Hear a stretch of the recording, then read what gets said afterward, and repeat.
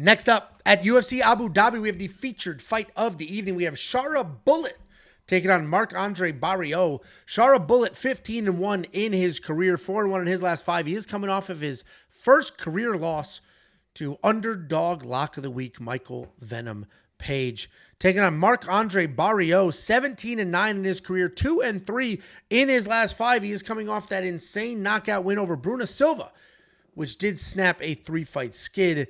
We've got some crazy odds here, and I kind of get it, right? Because Shara Bullet is a comic book villain. This guy's got one eye. He's missing teeth. He's got a homeless beard, and he's a psychopath. He's an absolute psychopath. A couple of years ago, he popped onto the scene. He was a regional, undefeated guy that was knocking everybody's heads off. In the I UFC, literally thought, I kept seeing that fucking video of him, like his walkout and his eye and stuff. And it probably was like not until like a year later when he was actually signed where I was like, I thought that was fucking AI. You didn't think that was a real person? No, I didn't. I had no idea. I thought it was like a fun, like the most like typical like Dagestani Russian scary UFC fighter. Because during one of his walkouts, he walks out with like a UFC jacket on or something, and it's like he's not in the UFC yet. So I literally thought it was just AI generated. And I'm like, wait a second, this guy's fucking real. No, he looks like a psychopath. He does not look like a real human being. We met him at UFC 303. Nice guy. English isn't spectacular. Nice guy, though. I filmed a little video. Guy. Oh, he was in the lounge, and I went over there. But my neighbor's a big fan of his, so I was like, "Can you do me a favor?" And can you? And so he did a shout out to my neighbor, and I sent him the video. Did you fucking kiss your wife in front of him? Don't do that. Why? What happens? Why can't I kiss my wife in front of him? Do it and see what happens, Angelo. Fucking dare you. I would fucking love to see that shit. All right. Why do you see me kiss Tiffany so bad? Cuck. Anyway. Oh, that would make me, I'm the cuck if you kiss her. Okay. Listen. I started by saying he's a comic book villain, and he used to fight like one. He would get after it, wildly aggressive, tons of finishes. Shara Bullet was an insanely dangerous man outside the UFC. Inside the UFC, little hesitant, little technical, bounces like crazy. He's always up and down, touch, go, touch, go, touch, go. Hasn't had as many finishes at the UFC level, but he is still managing to find them. He is a very busy striker. He does have an insane chin, and he's insanely busy, in and out, very, very fast. He's coming off that loss to Michael Venom Page, which Jacob and I both predicted. The reality is he just had a really hard time with Venom's wild movement, weird stance, the in and out, and the jumping back and forth. He's taking on Marc-Andre Barriault. Marc-Andre Barriault is definitely the more well-rounded of the two fighters. He's got solid kickboxing, decent takedowns, okay jiu-jitsu. He's typically looking to pressure forward. He'll wear you down. He'll throw 100 strikes. He'll land most.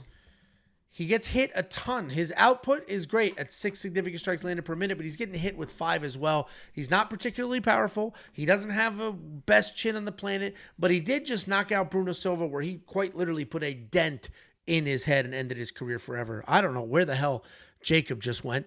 But Marc-Andre, I'm going to pick Shara Bullet here. Marc-Andre is the type of weird guy that will have a great outing and make something happen. He's the type of guy that'll just show up with a very good game plan and a solid chin.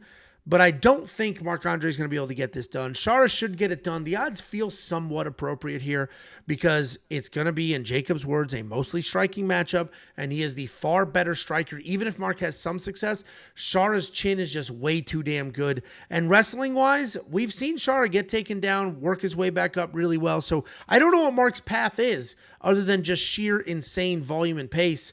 And even then, I think Shara takes it, especially with these judges. A, where did you go? And B, what do you think of this fight? Yeah, I mean, his path to victory is basically what he's known to. I mean, what the fuck are you laughing at? I asked what happened, and you didn't answer. You just ignored, and then I heard an airdrop noise. So God knows what the hell you're doing. I didn't realize you were my fucking probation officer. Yeah. Who'd you send that officer, airdrop to? But you're not fucking pervert. But you're not fucking my officer. Uh-huh. Who do you think wins this fight, man? What is happening on that screen? I for Christ's sake. The poor child on the other side of that. Yeah, you motherfucker.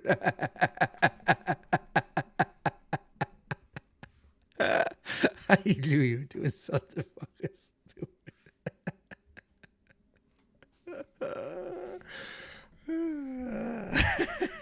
I love that. Yeah, if Marc-Andre Barriault comes in and just stays in this guy's face, crowds the kicking range. We've seen Shara kind of struggle with pressure before, and he's got to stay on his bike for 15 and land in the process, and maybe he's not able to do that. I mean, we just saw a kind of point fighter lose because he just wasn't quite doing enough. Now with the judges, over there, he's going to have the bias, and he's going to have the crowd's going to be oohing and ahhing with every kick that he throws. So if it's a decision, he probably should get the benefit of the doubt in those type of situations. But Marc-Andre's got to stay in his face, use the clinch, use his veteran savvy in this fight. I've been very anti Shara since he's been in the UFC. I picked against him for Lock of the Week once with Armin Petrosian.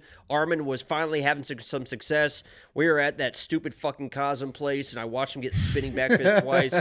I doubled down against Shara and made MVP my Lock of the Week, and he fucking smoked him. Obviously, MVP is a little bit different than Marc-Andre. I got to take Shara, but I'm fucking staying. I can't bet this guy, especially at minus 650. He just hasn't shown the same finishing ability in the UFC, and if you're just kind of point fighting from the outside, I mean, it's a recipe for disaster, honestly. But honestly, I hope Marc-Andre, tell me this isn't a great fight, because I was talking to Cody about it the other day. If Marc-Andre Barriault loses to Shara, Cody Brundage and Marc-Andre be a great fight. I mean, that could be a fun fight. Cody gets after it immediately. Mark can be a little hesitant sometimes, but when he starts moving forward, that could be a blast. And he's probably going to lose this fight. So there is a possibility for that to happen. Jacob and I both on the Shara side. First of all, I rode the shit out of that segue. Okay. I was terrified. What's that? Oh, God. Shara Bullet is my pick. Shara Bullet is Jacob's pick. Shara Bullet is expensive in DraftKings Fantasy, and that's where it gets a little tricky because where was that? We went to go see a show. Was that? Oh, that was when we saw Nick Kroll. Nick Kroll, when he surprisingly good stand-up. Jacob heckled a comedian. What a fucking joke. I want to tell that story again because if you guys have never heard that story, I forget about that story, but it's fucking incredible. We randomly went to see Nick Kroll. Did Tiffany get you those tickets? I think she did. Yeah, it was like my birthday or something like that. Yeah, we went to go see Nick Kroll, and our expectations were fucking low. I mean, obviously we know who Nick Kroll is, but I'd never seen his stand-up. I didn't know. It was incredible. You could tell he was still working on material. He had his notebook or whatever, but he was telling this story, and it was just a story to lead up to the joke or whatever.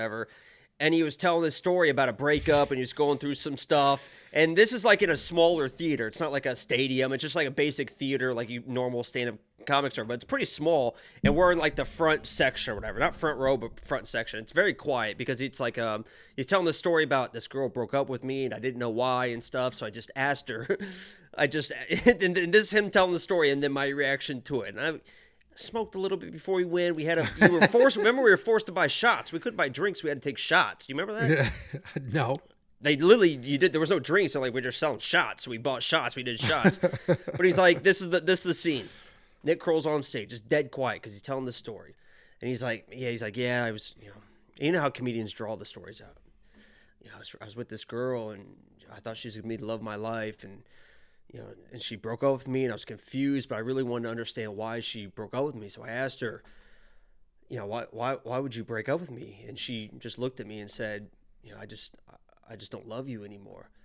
And it got so quiet in there, and I went, damn it, that loud, just that loud in the whole ring. I went, damn it, like that. And he started laughing on stage, and he was like, and everyone else started laughing. He's like, yeah, damn it, man. Because it was just such a sad moment. And in that moment, I actually felt bad for him.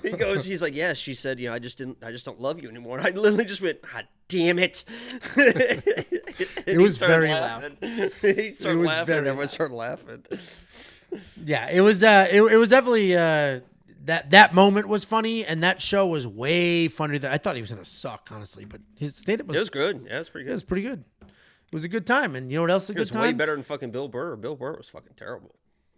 I like Bill Burr a lot. That show he was definitely working on some things because his special was mostly that with some refinements. We were early in his tour there.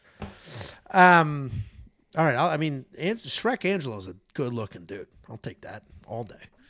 We want picks.com. Click become a member. It's only $10 for an entire month.